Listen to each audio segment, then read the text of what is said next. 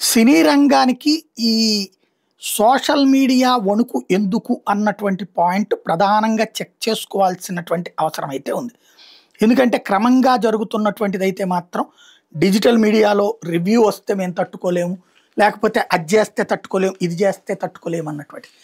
అసలు మీరెవరు తట్టుకోవడానికి నాకు అర్థం కాల. నేను సినిమా తీశాను, ఇప్పుడు నేను ఒక హోటల్కి వెళ్ళాను, టిఫిన్ బాగున్నా బాగోకపోయినా అతని సంక్షేమం కోసం, లేకపోతే అతని వ్యాపారం కోసం, అతని మీద ఆధారపడి ఉన్నటువంటి వాళ్ళ కోసం అని చెప్పేసి చండాలంగా ఉన్న నేను టేస్ట్ బాగుందని చెప్పాలా, లేకపోతే ఏ నూనె వేసినా సరే పర్లేదులేండి అని చెప్పాలా?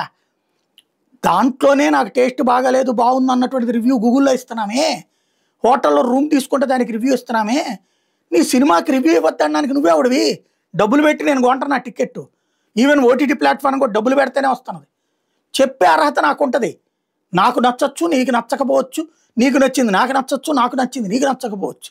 ఎవడి వెర్షన్ అని చెప్పుకొనియండి. కానీ దానికి అమ్ముడు పోతున్నాడు, కొనుక్కుంటున్నారు, లేకపోతే బురదేస్తున్నారు అంటే నువ్వు ఎంతమంది, సినిమా రంగం ఎంతమంది మీద బురదేస్తుంది? మీరు తీసే సినిమాలన్నీ ఫ్యాక్టా? హీరో గారు ఇట్ట కొడితే ఎగిరి అంత దూరం పడతాడా? ఇట్ట పొడిచి పారదబ్బితే ఎవడైనా చచ్చిపోతాడా? హీరో గారు కాల్చి పడేస్తుంటాడు, ఎవరిని పడతాడిని నరికి పడేస్తుంటాడా? పోలీసులు ఉండరా? ఏందది?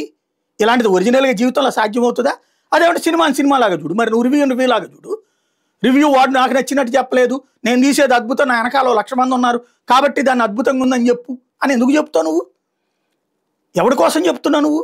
అది మర్యాదగాడు, బాధ్యతగాడు.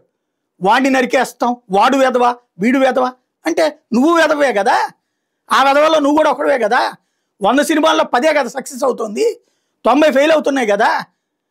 నువ్వు ఎంత అద్భుతంగా తీసిన సినిమాని ఎవడు ఎన్ని రాసినా, మొత్తం ఛానళ్ళన్నీ సూపర్ అని రాసినా హిట్ అవుతుందా? డబ్బులు వస్తున్నాయా?